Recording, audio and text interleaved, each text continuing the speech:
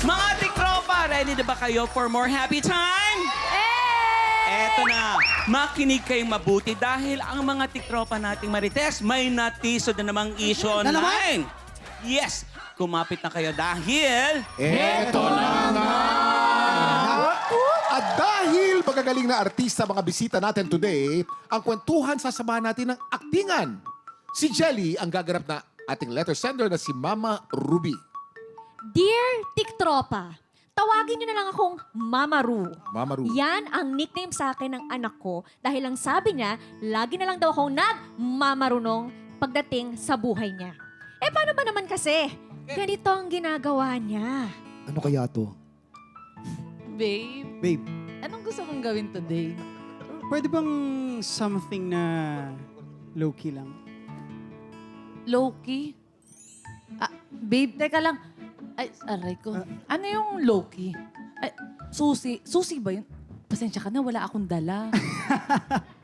Ikaw talaga, babe. Ito naman, parang tumatanda ka na. Di mo alam ang low-key? Hindi eh. Saan ba yun? Buti na lang- Nakakain ba yun? Hindi, buti na lang pretty ka at maganda. Promise. No cup. No cup. Babe, ako lang kasama mo dito, wala akong sombrero. Anong no cup?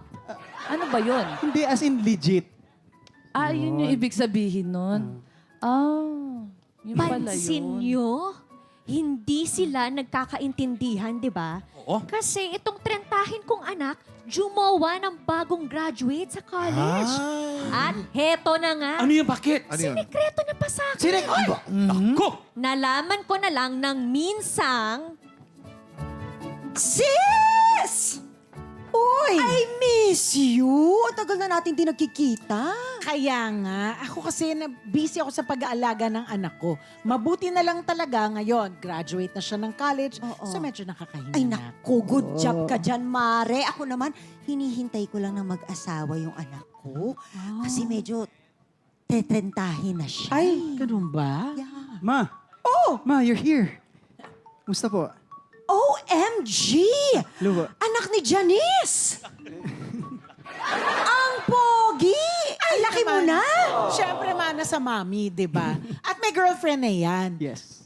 Iyo, kailan mo ba ipapakilala sa akin ng girlfriend mo? Actually, ma... Babe. Babe, eto na pala yung ticket, nakabili na ako. Yes. Ma.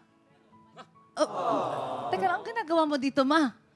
Anak, teka. Mama? Ito ba ang boyfriend mo? Yes, si babe. Ang bata? Teka. May trabaho na ba to? Baka naman mamaya, ikaw pa ang gumagastos para sa kanya. Ay, Aba! anak. Aba! Mare, wait lang ha. Wait lang talaga. Bakit naman parang yung anak ko pa ang masama? Aba, yung anak mo, wait lang ha. Wait lang. Parang alam naman yung bagets pa yung anak ko. Bakit? Why?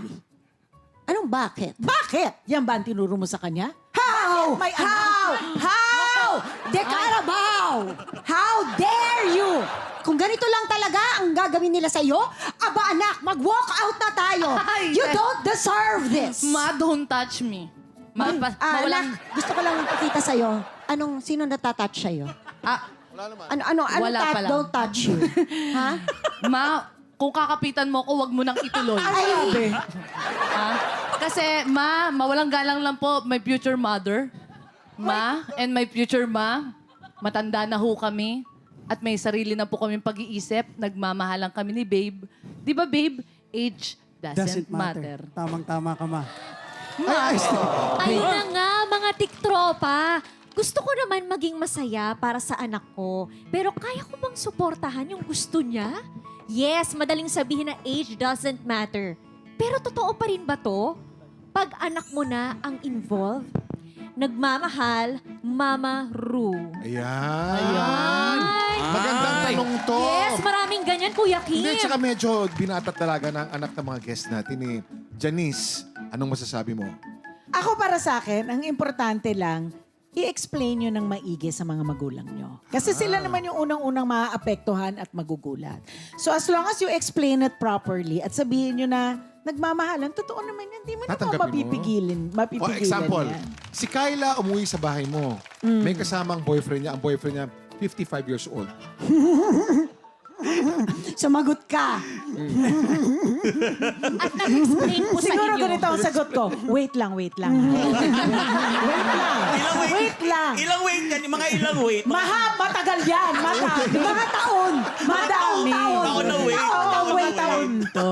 Pero again, kahit naman pigilin mo sila, kung ano yung gusto nila, gagawin pa rin naman. Tama. nila. So mabuti pang i-deal with, pag-usapan, alamin ang intensyon, ang ano. And then, wala kang magagawa eh. Tama. Di ba? Sabi nga sa kasabihan, harangan mo man ang sibat, gagawin parang makamit ka lamang. Yeah. Yes! Jelly, ikaw naman. Wala akong opinion. Walang Wala kayo. Maganda na kayo. Bakit kailangan nyo? Hindi naman kayo makikinig. Makikinig ba sila sa Yun na akin? nga. Hindi ba? Parang ano lang yan. Kung sa kayo maligaya, pero dapat alam niyo yung consequences.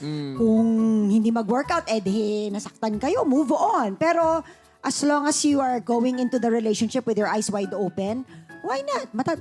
Talentahin na pala yung anak niya eh. Di ba? Mapipigilan mo pa ba yun? Yung nga 20 years old, di mo mapipigilan. Talenta ka kaya? Sabagay. Huwag nang makialam. Hayaan na lang. Tama. Ako bilang tatay na may mga dalaga at binatang anak, ang gagawin ko dyan, kasi age, no? May shock factor muna yan eh. Ang sabihin ko, compromise tayo. Gusto kong barkadahin muna at kilalanin kung sino man yung lalaki na yan. Point of view ng lalaki ng tatay. Makita yan. ko yung ugali at yung intensyon more than the age. Correct. Para malaman ko kung puro naman talaga, edi okay lang. Oo. Pero ito, ang takot ako. Na pag kasing edad ko na o mas matanda sa akin, parang ayoko talaga. Hindi ko May point din talaga na talaga mag-iisip ka. It happens. It happens. Oo. And some of them, a lot of them really last. Nakakagulat lang talaga eh, no? May Lalayo ka pa ba? biglaan talaga. Ang hirap huwag kang magkaroon ng reservation. Mga tiktropa, kung gusto nyo rin maki-opinion sa topic na to, pumunta lamang sa official Facebook page ng TikTok Lock. Susunod na ang pinakamasayang spelling game on TV. Bawal magkamali na sa pagbabalik ng TikTok!